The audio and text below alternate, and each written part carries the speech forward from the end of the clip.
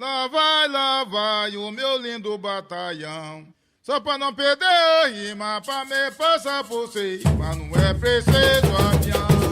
Lá vai o meu lindo batalhão. Ouviu essa música? Essa toada? Sabe onde nós chegamos? No estado com cores e sons que traduzem a presença indígena e negra em sua formação. Hoje o nosso episódio nos leva ao Maranhão. Vamos conhecer um pouco sobre as origens do jeitinho maranhense de falar. Pois é, e essas raízes do Maranhão são percebidas em cada cantinho desse estado, e principalmente no povo dessa terra cheia de encantos. E as belezas naturais? Só o imenso Parque Nacional dos Lençóis Maranhenses, com sua paisagem desértica e límpidas lagoas, já são um espetáculo de tirar o fôlego. O seu Bumba Meu Boi foi declarado Patrimônio Cultural Imaterial da Humanidade pela Unesco.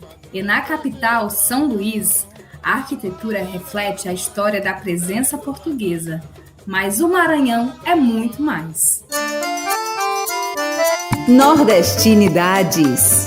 Sou Adriana Pimentel. E eu sou a Alice Salles. Bora conhecer mais sobre o poder do sotaque do dialeto maranhense? Para começar, recebemos com muita alegria Isaurina Nunes. Ela é jornalista, socióloga e cientista social. Trabalhou diretamente com a cultura popular maranhense no Centro de Cultura Popular Domingos Vieira Filho. Ela é também coordenadora técnica do Patrimônio Imaterial do Instituto do Patrimônio Histórico e Artístico Nacional, IFAM. E a nossa convidada é ainda pesquisadora do Bumba Meu Boi, né? Sim, e participou do processo de reconhecimento do Bumba Meu Boi como Patrimônio Cultural Imaterial da Humanidade pela Unesco. A Dri vai conversar um pouquinho com a Isaurina. Vamos escutar esse papo? É uma alegria te ter aqui para compartilhar os seus conhecimentos. Muito obrigada por aceitar nosso convite. Eu é que agradeço o convite e essa oportunidade de falar um pouco da cultura maranhense.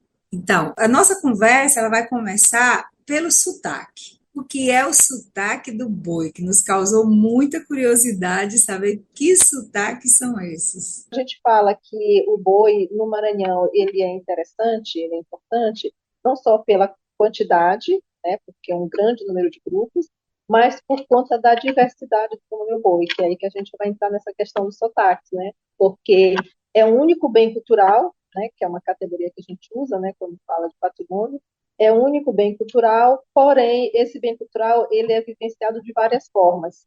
Né? Então, daí, isso dá uma dimensão da criatividade do maranhense para brincar o Bumba Meu Boi. Então, a gente entrando nessa classificação, que um estudioso do Bumba Meu Boi definiu como sotaque, a gente costuma dizer sotaque são os estilos, são as formas de brincar o Bumba Meu Boi. Então, a partir de algumas características comuns, como a musicalidade, como a indumentária, na questão da musicalidade entre os instrumentos, né, os personagens. Então, ele classificou o boi em 5 sotaques, né, que seriam esses 5 estilos. O sotaque de matraca, que é característico da ilha de São Luís, é chamado sotaque de matraca, ou sotaque da ilha. O sotaque da Baixada, que é característico da região da Baixada. O sotaque de Zabumba, que é encontrado no litoral ocidental maranhense. O sotaque e chama também Zabumba ou Guimarães. Guimarães é um município onde esse sotaque teria surgido. O sotaque de Costa de Mão, que é da região de Cururupu, e o sotaque de orquestra, que é da região do Munique. Da tua experiência de tantos anos trabalhando a questão da cultura, né, a questão da história do boi, você nunca se viu em situações assim que sotaque a pessoa podia pensar que está falando do jeito de falar, ou que sotaque é esse, que é o sotaque do boi? Tem alguma coisa assim que você possa contar para a gente, que já aconteceu sobre isso? Sim, essa categoria sotaque, ela pode gerar confusão, né? Eu tive uma experiência de trabalho quando a gente instruiu o processo de inscrição do Complexo Cultural do Bumba Meu Boi, esse é o nome que está lá no registro. A gente resume Bumba Meu Boi, mas o nome mesmo do bem é Complexo Cultural do Bumba Meu Boi do Maranhão. Então, quando nós trabalhamos no dossiê não, da inscrição do Complexo Cultural do Bumba Meu Boi do Maranhão na lista representativa dos bens do patrimônio cultural da humanidade, então, a gente se deparou com essa confusão do sotaque no momento da tradução do dossiê para o inglês, né, porque precisava ter essa tradução. Então, eu escrevi o dossiê, lógico, na minha língua materna, né, não sei falar inglês, e aí precisou de um tradutor, uma pessoa que fizesse esse trabalho. E aí esse dossiê foi para Brasília, lá tem um DECOF, que é o Departamento de Cooperação e Fomento, que trabalha com essa, que justamente o DECOF que faz essa, vamos dizer assim, essa intermediação, que trata dessa questão dessas candidaturas, né? E lá tinha uma pessoa que faria essa tradução. E aí a pessoa fez tanto do dossiê quanto dos vídeos, que foram produzidos 2 vídeos para irem para a Unesco, né, junto com o dossiê e mais umas fotos. Então, quando esses vídeos me foram enviados, né, aí o diretor do DPI me mandou, porque eu estava coordenando aqui no Maranhão, local, eu que estava na ponta, né, e que fiz o trabalho, para eu verificar, eu percebi pela tradução, no caso dos vídeos da legenda, que a palavra sotaque ela estava colocada com accent. Então, no sentido de sotaque da língua, e não o sotaque, o estilo do boi, né? E isso foi uma das situações em que a palavra sotaque, ela nos causou um problema, sotaque de boi e o sotaque da língua, né? Na hora da tradução, porque realmente, a gente, às vezes até prefere chamar, a gente chama sotaque porque o termo ficou mais conhecido, mas na medida do possível a gente tenta dizer estilos, para não ficar muito nessa ideia, né? E já que a gente está falando dessas misturas de sotaques, né, tanto do jeito de falar quanto do som, eu queria que você contasse para a gente esse caso que aconteceu da produção do material paradidático que era a história do Bumba Meu Boi, do Maranhão. Como é que foi essa história? Nós contratamos uma empresa para... A gente pensou num trabalho, num projeto de educação patrimonial para ser desenvolvido aqui em São Luís, na zona rural, com grupos de Bumba Meu Boi de Costa de Mão, com uma escola, né? Os 2 grupos sediados em São Luís e uma escola municipal, a rede municipal de ensino. E foi contratada uma empresa de São Paulo, né, que ganhou aí a concorrência. E essa empresa foi a única que apareceu, era a produção de material, tinha um filme de animação e tinha um material impresso. Precisava de um ilustrador e as pessoas da empresa, no caso a dona e o ilustrador, não conheciam o Bumba Meu Boi, né? Mas se aventuraram a fazer o trabalho. A gente, como foi a única empresa, né, a gente teve que encarar esse desafio. E aí foi produzido material, né, e no meio desse material impresso, eles subcontrataram uma empresa de Belo Horizonte para fazer o filme de animação. Era o Boizinho e 2 personagens. E aí essa fala, eles mandaram essa prova, né, de áudio, e nessa fala eles entendiam que a fala do maranhense era como a fala do nordestino, com aquele sotaque de novela nordestina. E a gente ficou muito incomodada, né, com essa interpretação, com essa imagem que eles tinham, porque, assim, era o reflexo de uma falta de conhecimento do que é o Brasil, do que é o Nordeste, né? Porque no Maranhão a gente fala diferente. Então, assim, me incomodou bastante e a gente teve muito trabalho para eles entenderem como era a fala.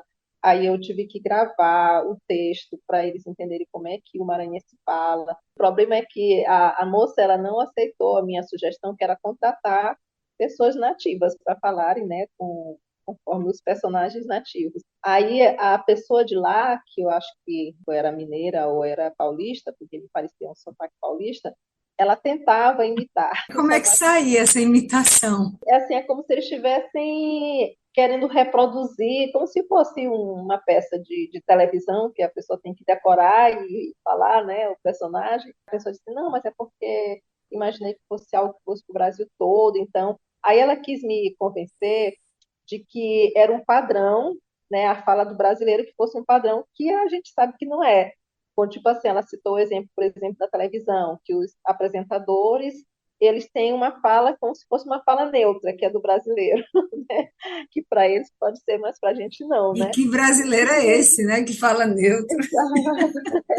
Então, isso não existe. Então, ela queria que a gente entendesse, e eu digo, não, mas não, isso aqui é cultura popular, as pessoas, isso aqui vai ser reproduzido para as pessoas do boi, e elas sabem que a gente não fala assim. Então, não existe isso, né? Elas querem se identificar, é um trabalho de identificação cultural, né? Mas, graças a Deus, a moça se convenceu e contratou 2 atores, e eu acompanhei a gravação aqui em São Luís, e deu tudo certo, né? A narração ficou com uma pessoa de lá, eu achei que não era tão problemático, mas as falas dos personagens, e aí é mais um exemplo assim dessa questão do sotaque, como é que isso em algumas situações pode ser problemática, né? Olha, eu passaria horas e horas aqui conversando contigo, porque é realmente muito bom. É tão bom assim ouvir de quem conhece, de quem veste a camisa, de quem faz com paixão, dá para sentir no seu olhar e na sua voz que você faz com muito amor. Muito obrigada pela entrevista. Foi realmente um prazer te conhecer e conhecer um pouco mais sobre essa história tão rica. Ah, eu que agradeço, e é sempre bom uma oportunidade de levar o boi, né, o boi meu boi para outras pessoas,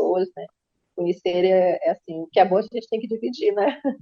Então, as pessoas conhecendo, né? Que conversa boa de ouvir, Adriana. Eu não fazia ideia que sotaque era um ritmo também. Olha aí, uma temática boa para outra série de podcast, menina. Pois não é, Alice? E se eu te contar que a gente ainda vai falar mais sobre esse assunto? O sotaque de Zabumba com o boi de Leonardo, o boi da liberdade. Foi uma tradição passada de pai para filha. Regina Velar é coordenadora geral do Bumba Meu Boi de Leonardo. Ela é graduada em gestão pública, especialista em saúde da família e sua trajetória busca descentralizar os modos de guiar a brincadeira do Bumba Meu Boi e trazer a força matriarcal. Seja bem-vinda, Regina. É uma alegria contar com a sua participação nesse episódio. Para mim, assim, é uma grande satisfação poder contribuir de forma positiva, né? De forma a dar continuidade, de forma a resistir isso aqui que a gente já faz. Muito obrigada. Obrigada a você pela participação. Ó, para começar, eu queria que você nos contasse um pouco do que representou para você e do que representa ter crescido dentro do Bumba Meu Boi. Quais são as lembranças mais afetivas que você tem dessa infância tão colorida e tão musical? A minha lembrança dentro desse cenário é uma lembrança, é uma recordação, é uma saudade, né? E aí a minha lembrança dentro disso aqui é a saudade do próprio Leonardo. Tenho assim muito isso, eu trago muito essa questão do que eu vivo, né? O que é dentro desse cenário, eu faço com o meu coração, eu faço por prazer, eu diria, né? Dentro de um outro formato, né? Porque agora é na gerência de uma mulher, numa gestão de uma mulher, mas eu trago isso com o meu coração, né? Justamente, é um carinho que eu tenho por isso aqui que eu faço, porque é como se eu estivesse dando continuidade àquilo que ele iniciou, àquilo que ele gostava, né? Quem foi Mestre Leonardo, fundador deste boi? O Leonardo, ele foi um homem que ele se aposentou muito cedo, né? Ele veio da Baixada Ocidental Maranhense, eu diria do interior do Maranhão, em especial de Guimarães, que é um município que ele fica a quase 600 quilômetros da capital, da ilha, né? Porque a São Luís, Maranhão, a capital do Maranhão é uma ilha, que é São Luís, e aí ele fica bem distante, ele veio muito cedo, ele veio aos 18 anos para cá para trabalhar. Aí, quando ele veio de lá, ele veio trazendo esse saber fazer, esses costumes. Então, tudo isso é uma lembrança. Então, quando eu estou dentro do Bumba Meu Boi, quando eu estou dentro do tambor de crioula, é essa saudade que me remete, né? Eu acho que era aquilo que ele gostaria, acho que, de ficar fazendo para sempre, mas é impossível, né? E aí eu peguei o gosto. Então, eu vi que você falou muito a questão do patriarcal, essa questão mais, né, da coisa da presença mais masculina, e eu queria que você contasse para a gente um pouco sobre o significado de descentralizar os modos de guiar a brincadeira do Bumba Meu Boi e trazer essa força matriarcal. Você falou um pouquinho agora, mas eu queria que você explicasse um pouquinho mais para a gente. O que significa? O que significa? O que acontece? Como o grupo do Sotaque de Zabumba, né? Ele é um grupo, não só ele, o Bumba Meu Boi em si tinha muita comando masculino, porque confeccionavam os instrumentos, sabiam compor as toadas, né? Cantavam, eram os amos que cantavam. E tinha muito mesmo, mas quem está do meu lado, eu posso muito bem capacitar, eu posso delegar e ter e cobrar, né? Por isso que eu falo essa gestão compartilhada. Essa gestão não muito pesada, com todo o respeito, com todo o legado que deixaram, que é lindo, mas a gente precisa de ter pessoas, né? De ter pessoas. E aí, quando eu falo mulheres, mas são mulheres e homens. Então, nós temos pessoas que nos dão esse suporte. Aí você já dialoga com outra pessoa de um outro grupo, né? Porque ali por trás tem alguém com uma formação, né? Porque até então, os Bumba Meu Boi, eles tem gente que até hoje ainda tem na cabeça, que é sempre atrelada ao preto, pobre e analfabeto. Eu costumo dizer que eu só me encaixo em uma, preto. E o jeito de falar também está presente na culinária, como é o caso do mungunzá. Se tu for fazer o munguzá, que é o nosso mingau de milho, você sabe o que você vai utilizar para você fazer, o que você vai precisar. Ah, tá. O munguzá, o principal é o milho, depois você vai ter um amido de milho, alguma outra coisa para engrossar, você vai precisar do coco, você vai precisar da canela, você vai precisar do açúcar. Então, são coisas que você sabe quais os ingredientes para você chegar ali e fazer e saber que está pronto. Mas você vai Deixa ter eu te, tempo de fazer? deixa eu te Você não contar tem uma tempo. coisa. Deixa eu te contar uma coisa. O mucunzá no Ceará é diferente. Ah, então como que é? Me fala. Bom, lá no Não interior do sei. Ceará, que eu sou do Juazeiro do Norte, o mungunzá pra gente é como se fosse uma feijoada de milho. Ela é salgada. É salgada, é com carne de porco, com tudo que a feijoada leva, a gente coloca o Bota milho e aí que o mungunzá bacana. salgado é completamente diferente. Vê como é rico, né? As nossas Sim, diferenças sim. do Nordeste E são muda fascinantes. de região para região. Vou fazer um mungunzá para você quando você vier no Pronto. Ceará. Prazer. Será, vai ser um prazer. Que bacana, olha só, tá vendo? É porque é muito rico, né? Não adianta querer É, acreditar que o Nordeste é uma coisa só, né? O Nordeste é uma não é, multiplicidade de não é. cultura, de sabores, de De cores, que é cultura, fascinante. exatamente, de estilos de falar. Eu acho assim tão bacana quando você, principalmente quando você está numa universidade, né, que agora ela é aberta, e aí quando tem gente que concorre que é de outro estado, né? Aí você, quando começa a conversar com a gente já sabe, tenta identificar de onde é, né? Qual região. Isso é muito rico, essa troca, isso é riqueza, realmente, mulher, riqueza cultural. Entender e aceitar e respeitar essas trocas que a gente só tem a ganhar. Exatamente, exatamente. O Sim. ser humano ele tem essa coisa do encontro, de estar entre as fogueiras, da oralidade, das histórias. E aí eu queria que você contasse para a gente como é que essa linguagem do maranhense, né, o sotaque mesmo, o jeito do maranhense falar, as palavras, os termos, como é que ela é valorizada dentro do Bumba Meu Boi? Essa nossa fala bem nativa de cada região. Quando se fala desse sotaque de Bumba Meu Boi aqui e do mestre Leonardo, na região onde ele nasceu, é diferente o sotaque, o estilo de falar daqui, da capital, já tem isso. E mesmo assim também a imersão dos jovens, né? Porque hoje já tem muitos jovens. Então, quando eles falam desses estilos de fala, essa linguagem oral, às vezes se torna até engraçado, né? Porque nós ainda temos pessoas no grupo que ele não consegue dizer que numa peça, num figurino. Então, se falta um botão, alguma coisa, ele diz assim: olha, um zíper, aqui, me reportando ao zíper. Todo mundo já sabe que zíper é aquele fechiclé, mas se ele disser um ri-ri, se ele chega aqui, está numa roda de amigos aguardando, o pessoal aguardando, brincantes, aguardando para o boi sair, ou um espetáculo, ou uma reunião, ou um ensaio, né, quando começa. E se ele usa esse termo, olha, Regina, eu já trouxe minha roupa para te botar o ri-ri, mandar botar o ri-ri. Isso vira um gracejo. Eu sei que ele está falando que é para eu colocar um chiclete. Aí outro, meu Deus, ainda está na época do ri-ri. Então essa coisa assim, ela é muito... E lembra, porque é até engraçado. A gente se pergunta, ri por quê? Porque quando você vai abrindo, ele vai abrindo também o sorriso, vai separando, tem os dentinhos, e uma hora ele fecha o dentinho, né? Fechou, pronto, fechou aquele ri. E quando você vai abrir para tirar, ele fica feliz, graças a Deus, me soltaram. Eu acho Maravilhosa. que Essa demonstração, essa explicação eu não conhecia. Olha, muito obrigada pela sua participação. Eu fiquei apaixonada por ouvir todas essas histórias. Eu acredito que todas as pessoas que estão nos ouvindo também gostaram. E é muito bom ver uma pessoa tão apaixonada pelo que faz e que fala com tanta propriedade. Olha, Adri, Eu fiquei surpresa em saber tantas informações curiosas sobre o Bumba Meu Boi. Quanta riqueza nessa nossa cultura nordestina, né? Pois não é, Alice? E o Maranhão é o estado que está no Nordeste, mas se comunica diretamente com o Norte. E isso se reflete nos costumes e no sotaque dessa região. Sabe como é que se identifica a muriçoca lá nessa região? Sei sim, é Carapanã. Essas e outras curiosidades foram catalogadas pelo Atlas Linguístico do Maranhão, que já contabiliza aí mais de 2 décadas de trabalho. E agora, vamos conversar com 2 integrantes desse projeto e eles vão contar um pouquinho sobre essa história. Nossos convidados são Conceição Maria de Araújo Ramos, coordenadora do projeto Atlas Linguístico do Maranhão e diretora científica do projeto Atlas Linguístico do Brasil, o Regional Nordeste. Ela possui doutorado em Linguística pela Universidade Federal de Alagoas e atualmente é professora associada da Universidade Federal do Maranhão. Esse papo é tão bom que nós não ficamos apenas em um convidado.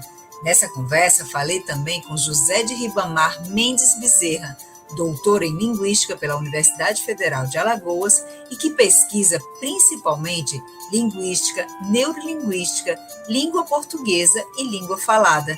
Obrigada por aceitarem nosso convite.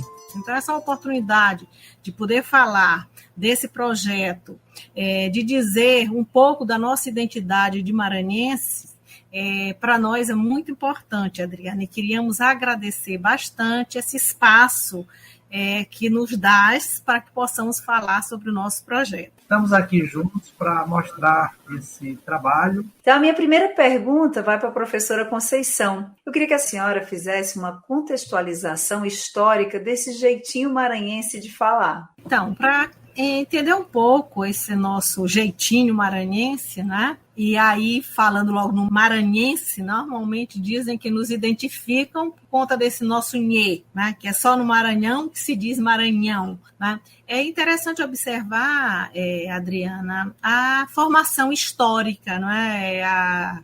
O povoamento, a ocupação do espaço maranhense. Né? Isso é muito interessante. Nesse tipo de pesquisa que fazemos, né? Nosso trabalho se insere na área de estudos que buscam ver a distribuição da língua no espaço geográfico, principalmente, evidentemente, com os avanços no espaço social. Então, entender como esse espaço foi ocupado, isso é muito importante. Então, realmente, é a presença portuguesa e esse povoamento ele vai do litoral em direção ao interior, né? Mas nós temos 2 movimentos que vão contribuir para isso, porque no mesmo momento que temos esse movimento que parte do litoral em direção ao interior, nós temos também um movimento que vem do interior para o centro.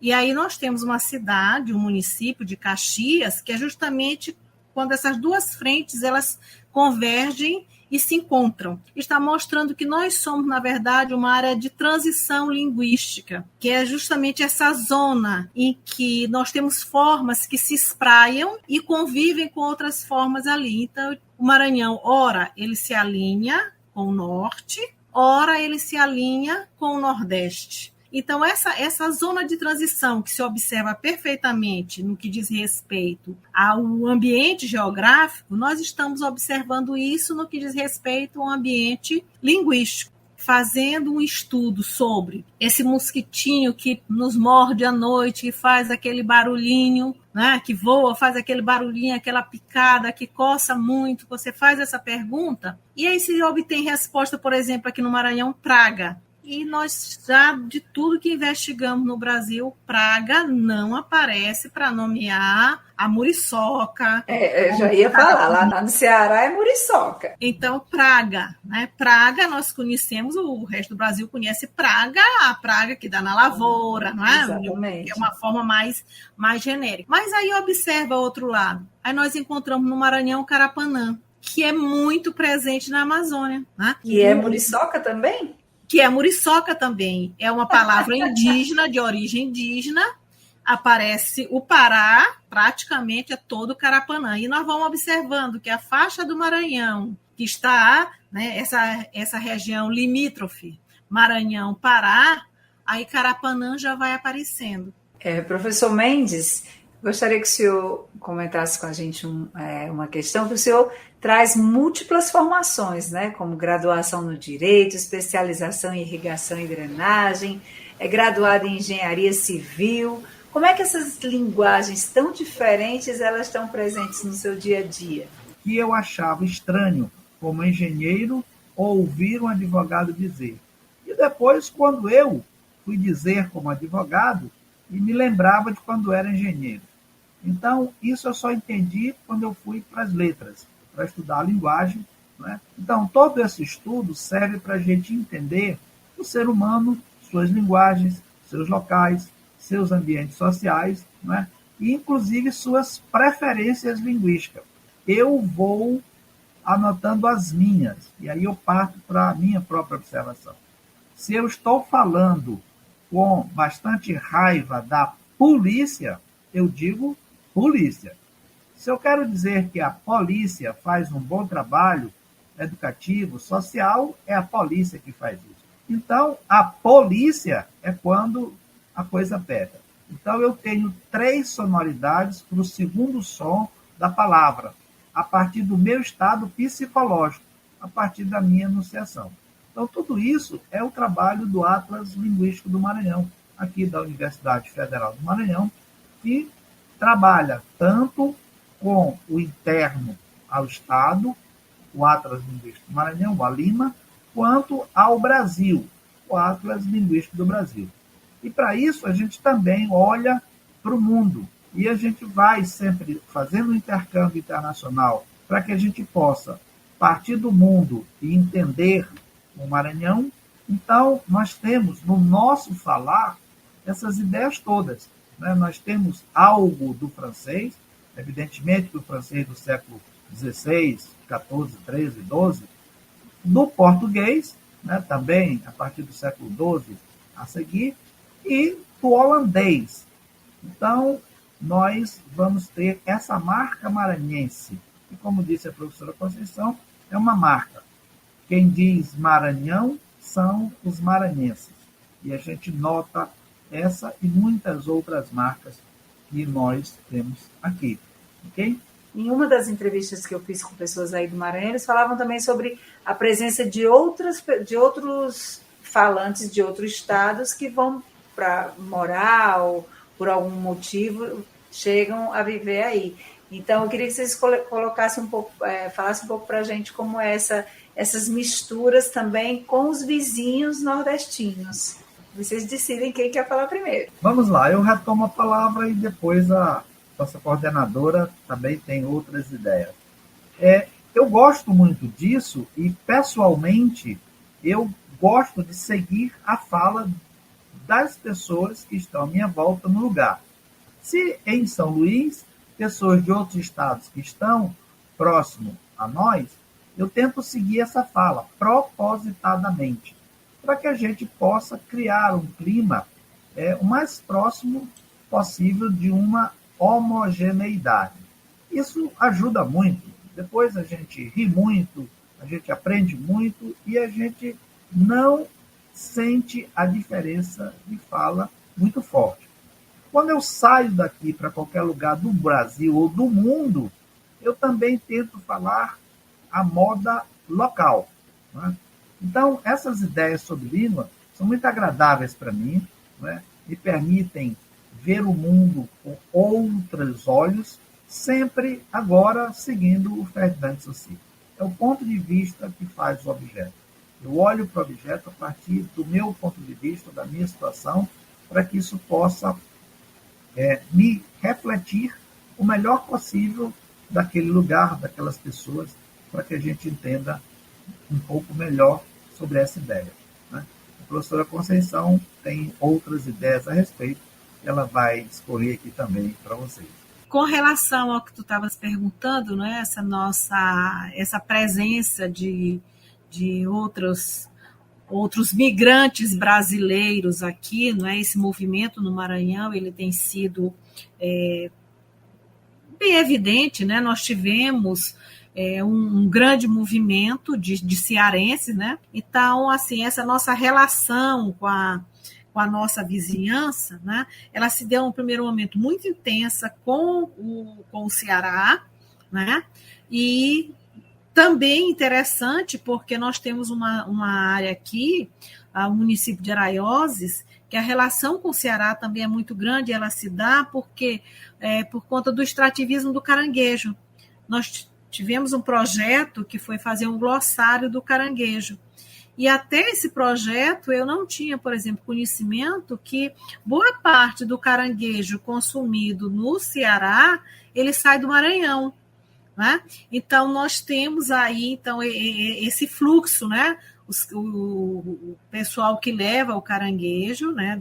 de Araioses até o Ceará, e aí nós já vamos vendo denominação de objetos que não conhecíamos com esse nome, vai aparecendo em Araioses, já denominações encontradas no Ceará. E você vai procurar lá atrás, mas isso aqui a gente não conhece. Aí vai procurar pesquisadores que estudam o falar cearense e vamos encontrando. Então, eu te diria que realmente esse movimento, né, ele tem sido mais intenso. Para encerrar, né, que a gente, se deixar, a gente vai ficar conversando aqui, porque tá bom demais. Mas para encerrar, eu queria que cada um dos senhores falasse um pouquinho para a gente o significado do Atlas do Maranhão. Começo logo. Bom, o Atlas para nós significa essa busca, né, da nossa identidade, né, explorar, investigar, olhar essa língua viva, em uso, e ver aquilo que nos identifica, aquilo que nos aproxima do resto do Brasil, né? do resto dos brasileiros, e aquilo que nos particulariza. Então, esse é o significado maior do Atlas, né? Por isso que para nós foi tão importante poder conversar contigo, né? Porque a conversa contigo significa que essa conversa vai alcançar outras pessoas, vai alcançar outros espaços, né? E isso é muito importante para nós. E aí, meu muito obrigada. Para a gente também é uma honra conhecer e ouvir de quem está há tantos anos, já é parte da vida, da história de vida também, né? Conhecer essas linguagens, e é um universo tão rico que o mais difícil para a gente é esse finalzinho, porque a gente quer sempre saber um pouquinho mais e sempre tem uma história mais interessante, mas eu acho que isso também é gostoso para a gente deixar o nosso ouvinte aí, quem está consumindo esse podcast, investigar, curioso, para conhecer um pouco mais sobre o Maranhão. Professor Mendes, eu gostaria que o senhor colocasse suas observações também nesse encerramento. Eu vou seguir na mesma linha, não é? Ainda inicialmente engenheiro, um atlas é um conjunto de cartas, e as cartas são mapas. E desde a mais longínqua atividade do ser humano, o ser humano sempre teve mapas para se guiar. Então, para mim, o atlas é isso. Nós estamos lá todos os dias pondo mais uma informação numa carta, num mapa, e pela engenharia eu gosto muito disso, porque eu sei que nós vamos navegar, né, muito nas línguas, principalmente a portuguesa, desde a nossa localidade até o resto do mundo, né? As minhas cartas, as minhas bússolas e os meus mapas. Então, gosto muito dessa ideia e a gente vai trabalhando com essa ideia, fazendo, né?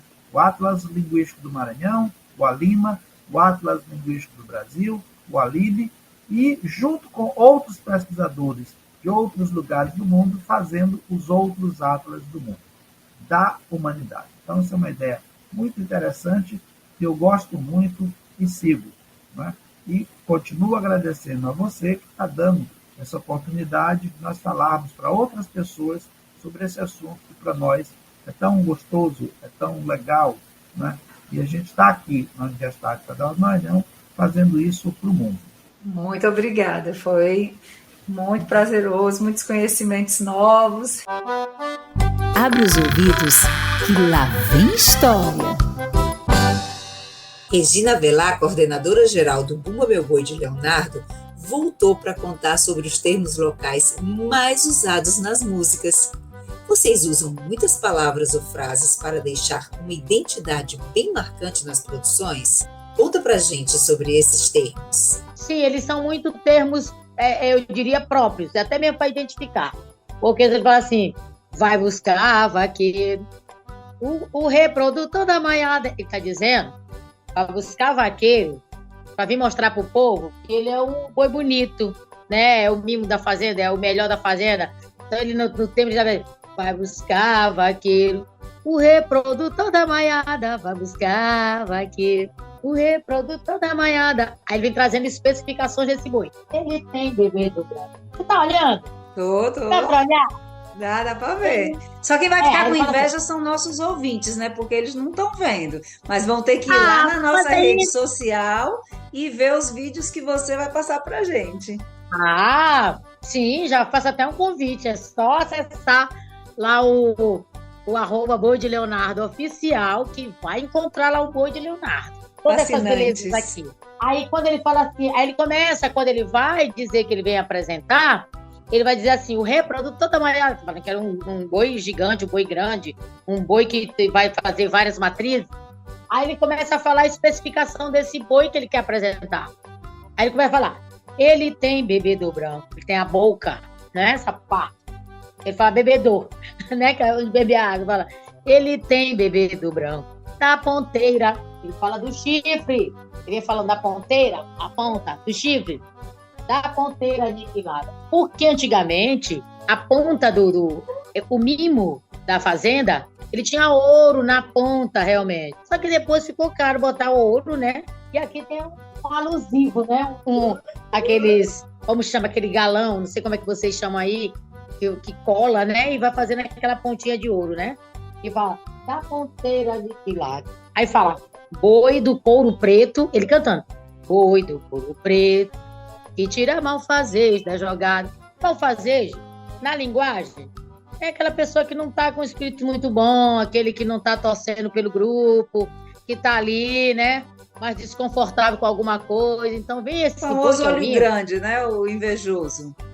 O invejoso está ali. Mas se chegar o mimo da fazenda, né, esse boi de couro preto, porque o veludo realmente é preto, bordado, né, com pedraria, e aí se esse boi chegar e ele observar também que tem um malfazejo, o malfazejo na linguagem dele, esse olho grande, aquela pessoa que não está torcendo tanto pelo sucesso do grupo, ele tem bebedor branco, da ponteira aniquilada, boi de couro preto, que tira malfazejo da jogada. Aí começa, aí repete a toada e cantam, e fica aquela coisa muito bonita. São termos bem usados, né? Como você entendeu que o malfazejo é o olho gordo de hoje, atual, né? Com outro nome.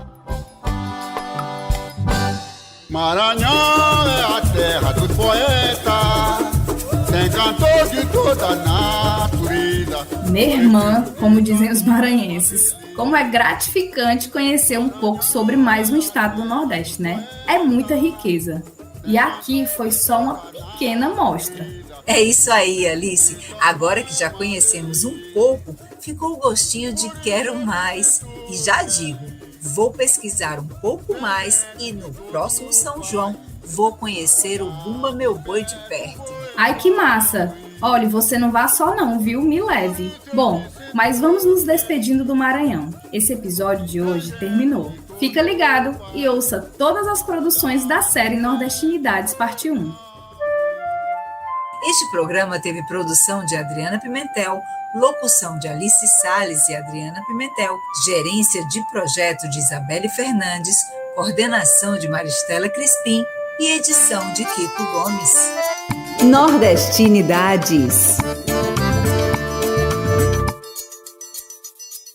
A série de podcasts Nordestinidades Parte 1 foi apoiada pelo Programa de Aceleração de Negócios Digitais, uma realização do International Center for Journalists, META, com o apoio da Associação de Jornalismo Digital, AJO, e mentoria de Geraldo Nascimento.